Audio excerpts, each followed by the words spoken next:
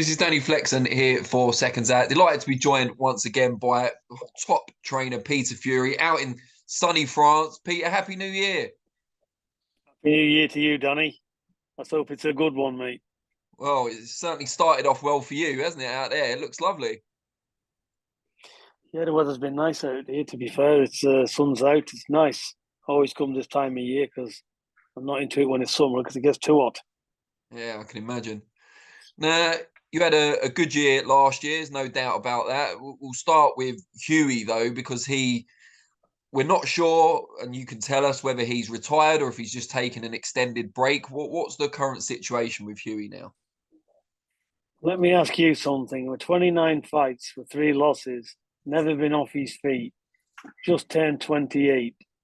In reality, does it look like he's retired, Danny? No, I would say no, but there were the indications. I think people were saying that he'd packed in, and I think most people are hoping it's not true. Well, that's just your Joe Pub. Listen, I'm not saying Joe Pub because they're being fans, but that's just some fools having plenty of comments, like Twitter trolls, isn't it? So what is the truth of the matter? He's taken a long break, and is that because of some health problems that he's had? He got long COVID, Hughie. He was due to fight Hunter last year, and he got in camp and he had an abscess, and we thought that was the problem. And he recovered from the abscess, but he just kept flat, back in training, flat again. Anyway, he got this COVID, and he ended up with long COVID. So he's had treatments. He's over that now, and the rest has done him good. So he's back in the gym as we speak. He'll be on mid-April. Wow. Well, that's good news. What's the kind of plan for him? Because the heavyweight division seems to be opening up at the moment. I don't think there's that many good people in the heavyweight division. He's going to come back with a bang, So that's where we are. He's ready, and I'm looking forward to it. He's looking forward to it, and just glad he's over these minor hiccups. Well, they're not minor hiccups, although they're nothing serious. It's still a problem because that COVID, mate. Listen, it shatters you, doesn't it? I've never had long COVID, so I can't really say. But he said it's one of the worst things he's ever had to deal with. Yeah, I mean, from what I've heard from people that have had it, it's incredibly draining. Yeah, he had some of these what you call gold injections in Harley Street. They've done miracles for him as well. Completely, fast tracked it. So he's backfiring on all cylinders. He's training, and I'm back. I'm back in the next couple of weeks, and we're going to resume training and get ready for mid-April. Oh, great stuff! And is he still working with Boxer? Will we see him on a Sky show? Absolutely, Sky Boxer. That's who he's contracted with, and we're very happy with them. And they're gonna step up and get him the right fights he needs. Brilliant. Another Sky boxer who you work with is called Savannah Marshall. I know that straight after the fight with Claressa Shields, you weren't too keen to kind of analyse it. What I wanted to ask you first of all, though, is regardless of the result, do you still take some pride at yourself and Savannah being involved in such a huge event, biggest female fight we've seen? Look, I'm interested. I take pride in the fact that I'm interested in making serious fights. That's what I'm about, Danny. I like to see serious fights. So yeah, I'm happy with that, and and it is the biggest women's fight out there. Over 2 million views. It was a fantastic thing. Obviously, I'm all about winning. So for me, there's unfinished business, and both myself and Savannah want that rematch, and negotiations are ongoing as we speak to get that rematch this summer. What do you feel could have been done differently for Savannah to come out on top? Many things can be done differently. The fighter can do things differently. I can do things differently, but it wasn't done differently on the night. So I'm not going to say what it is, what could have been. The better fighter won on the night. And do I believe Savannah can correct it? Absolutely, yes. And we're looking forward to this rematch and putting things properly right. And you said you're hoping that takes place in the summer. Apparently, there's negotiations at the moment for Claressa to drop back down to 154 and potentially fight Natasha Jonas, which would also be on a boxer show, presumably before the summer. What do you make of that fight? Should it take place? Well, I'm being told something different, that it's not going to take place, and Savannah will be next. So I'm not into theories. Fair enough. Would it be back here again, the rematch? It's wherever it makes business sense, isn't it? You know, fighters want to get the maximum payday, so you know it is all about the UK. A lot of it, you know, Clarissa's a great fighter, you know, no doubt about that. But, you know, a lot of it is about Savannah as well. So these two, you know, and it just depends wherever it makes sense. So it could be here or it might not be. I don't know. Boxers dealing with it. And given all the kind of trash talk leading up to the fight and the fact that Savannah had beaten her in the amateurs, the only person still to have ever beaten Claressa Shields, how has she reacted to the defeat? Is she okay? Savannah's okay. She knows what she's got to do next time. She knows exactly what she's done wrong, and that's it. You know, we dust off and we go again. Look, when you're fighting at this level and you're fighting the best there is, you know, you can. You sometimes, you know, this is not a given, and this is what makes a sport so great that we're involved in. Because if you're in given fights and you're expected to win, then you know there's no point in taking them. So it's a highly competitive fight, and you know we look forward to it. There's no magic wand, and but Savannah will do a lot better next time. And I'm looking forward to the rematch. Brilliant to hear. Now, I said to you earlier, I wanted to talk to you about the heavyweight scene at the very top. We know Hughie's coming right back into that mix in April. Anthony Joshua is being talked about a lot at the moment, predominantly about his next fight. But I wanted to ask you more about his search for a trainer. It appears that he's now going to be working with Derek James over in the US. Do you know much about Derek and what do you make of that decision? Look, all these fighters and all trainers, they've got to do what's best for them. You know, I don't know of the guy, but I'm sure he's analysed it and he's doing what's best for him. And you know, good luck to him. But it's all about my fighters. You know, I don't even watch boxing on the telly. I'm going to watch the one on the weekend. You know, because I'm intrigued with that fight. I do watch them now and again, but I'm not really. I'm not as not like I used to be, where I used to watch everything. Now, I'm only interested in dealing with my own fighters. Period.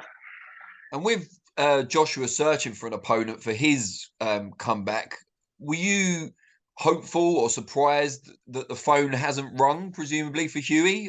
I mean, they might not know Hughie's back in training, but he wants a challenging opponent apparently for his next fight, Joshua. I've not considered it, or we've not even looked at it. You know, we've not even looked at opponents for Hughie yet. That's down to Boxer, see what they come up with. You know, I'm open to all suggestions for Hughie. Yeah, I mean, Joshua, they've talked about a variety of different names so far. Not the level he's been fighting at previously. They're talking about him fighting Dillian White in a rematch in the summer. Is it dangerous for Joshua to step down a level before going back up to those big, marquee fights?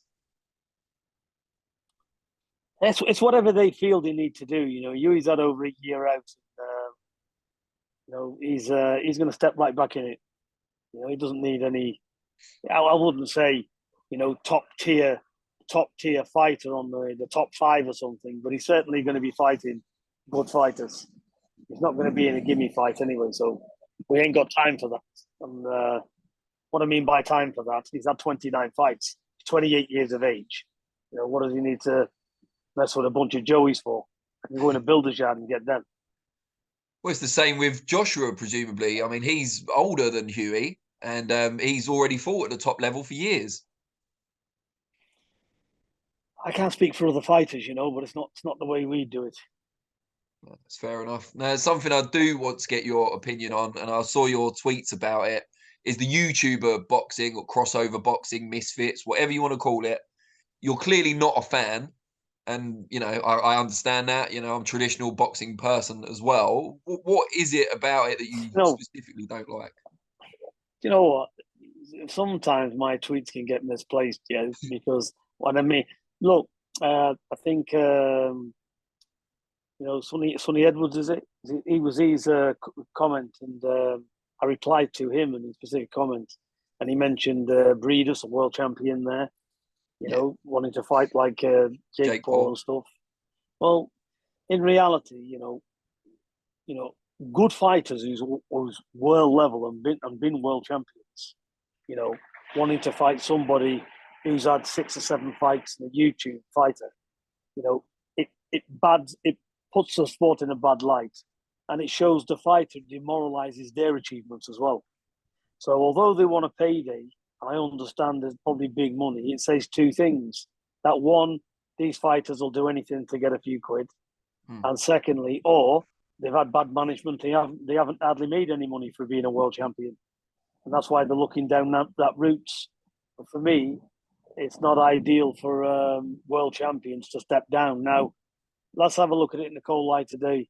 If you've got young fighters, that's probably, I don't know. It's very hard for a fighter to become a world champion, as you know. So basically, if there's a fight there and the young fighter's up and coming, they've had similar records, it doesn't matter if they're a boxer or a YouTube fighter, they all need respect because they're training hard and they're training hard to have that fight. That I ain't got a problem with, to be honest, because where are they going to make the kind of money? Where's young fighters? Where are you going to make that kind of money? So if they can have an opportunity like that and they can be a superstar without being a good fighter, then that's fine for them. It's a shortcut and it makes good business sense. I understand all of that. What I don't understand is world championship boxers wanting to fight YouTubers that's had 6 or 7 fights. One, even if it was a boxer, would be a mismatch. Yeah. So I just don't get that, and I think that's wrong, and that does demoralise the sport, in my opinion. And that's exactly what I'm on about. I'm on about world champion stepping down to fight somebody because he's a YouTube fighter. One, listen, I'm not condemning anybody, but somebody who's had 6 fights is not on the level of somebody who's world champion, is it? Who's had a phenomenal amateur record and they've gone through all the right channels. It's a serious matter, boxing. It's not for the faint-hearted. Like I said, payday and money comes over everything, but it does demoralise the sport in that regard. Yeah, I can't help but agree with you. Would you ever consider working with one of those sort of guys, one of these YouTubers, crossover boxers? I don't know. Somebody going to give me £2 million? Of course I won't. They might, yeah. Do you know what I mean? It seems to be where the money is. If somebody's offering stupid money, but would I take a YouTube fighter to fight somebody who's a world champion in boxing? No. It don't make sense, does it? Who wants to see that anyway? Come on. And for me, I can see what they are. I can see what these fighters are, and the raw, the green. A hell of a lot to learning to do, and a lot of them, I'm not singling out anybody here with this comment, but a lot of YouTube fighters just haven't got that natural talent to be phenomenal on a world level. It's another story. So I can see the difference. So it's but you'd expect to see the difference, wouldn't you? Because somebody who's not had a lot of fights, this is what you're up against. Can they become a good fighter? Yeah, it's possible. But at the moment, it begs to differ the question. Do you think overall this YouTuber boxing that we've seen, do you think it's good or bad for the sport? Because some say it brings new fans, some say it paints the sport in a bad light. Where do you come down on it? I think it diminishes what real fighters are about, because this is a very, very hard game, and it's I'm not on about training. I'm not on about the dedication involved. Of course, to be a world champion, you've got to be a special kind of individual. But to get to be a world champion in boxing is very, very tough. So, for these world champions to come down and they want to start mixing it with YouTube fighters, one, it's heavily favoured in the boxers' favour anyway, and I just don't see the sense in it because it's a different level of boxing. All right, let's have a look at it this way. Let's have a look at somebody like Canelo. Let's have a look at somebody like all the other top fighters that are out there, world champions. And let's have a look at Joe Blogs, white collar fighter YouTube. Come on, you put the two together and look at them. It's a joke, isn't it? Yeah. So we're not blind. Nobody's blind. But do they deserve? I think YouTube boxing, the YouTubers, yeah, they've got a big following. They can earn money. They've got superstar status. And they're doing all this without being a world level fighter. So it's good for them. It's good for them to fight their own level. So I ain't got a problem with it. But when you're talking about world championship boxers coming down to fight YouTube boxers, it's one thing only: pay me a lot of money. But there's a flip side to that coin, because when they take that money, they're diminishing their own achievements. Yeah. Because when I look at them, I look at them in a totally different light. That fighter is no longer has the respect of me for being a world champion. A world champion is not just a world champion. A world champion is about the person, how they carry themselves, the things they do, and where they go on from there, and about legacy. You ain't going to get no legacy fighting somebody who's on a few fights and fighting on a YouTube thing, is he? No, I agree. You said you were really intrigued by the big fight this weekend, which is Chris Eubank Jr. and Liam Smith. What is it you like so much about that fight, and what type of fight do you expect? I expect a good fight. Liam Smith's always in good fights. You know, he comes to fight, he's aggressive, he doesn't take a back step. You know, he brings it. We know Eubanks, he can box, and he can fight as well. But we've seen, to be honest, his fight against Williams, his last fight, was it against Williams, was it? Yeah. He showed some vulnerabilities in the later rounds. You know, he didn't seem to want to get that involved, whether, you know, to me, that wasn't a good performance from Eubank. I think he showed some vulnerabilities there. So, you know, was it tactics? You know, I don't know. But just for me looking at it, which makes it a very intriguing fight, because if he does that against Liam Smith, it'll be a different ballgame, because Liam Smith will just be all over it, you know, because that's the thing. That's the best thing about this fight. But, you know, they're both good fighters, so I'm very intrigued. So I see it as a 50-50 matchup. I think it's going to be a great fight. If you did have to pick, who would your money be on? No, it's, you know, boxing at this level, it's you know, I can't really I can't pick. I'm expecting a very good fight. You know, I know Liam Smith, I know his trainer Joe Mack as well. Very, very nice people. And yeah, I wish everybody the best. I'm not gonna pick and this and that, but you know, whatever happens, happens. But Liam Smith is a serious fighter, so it's going to be a good fight. This will be a good test. You know, if Eubank's as good as what he says he is, this will be the time to see, because it's definitely not a foregone conclusion with Liam Smith. Brilliant. Always great to get your insight, Peter. I hope you enjoy the rest of your time in France, and we look forward to seeing you back in the UK and in the gym. Yeah, that's it. And they're getting ready now for what did he say? Calm before the storm. Yeah, very much so. Yeah, no problem, Danny. All the best to you.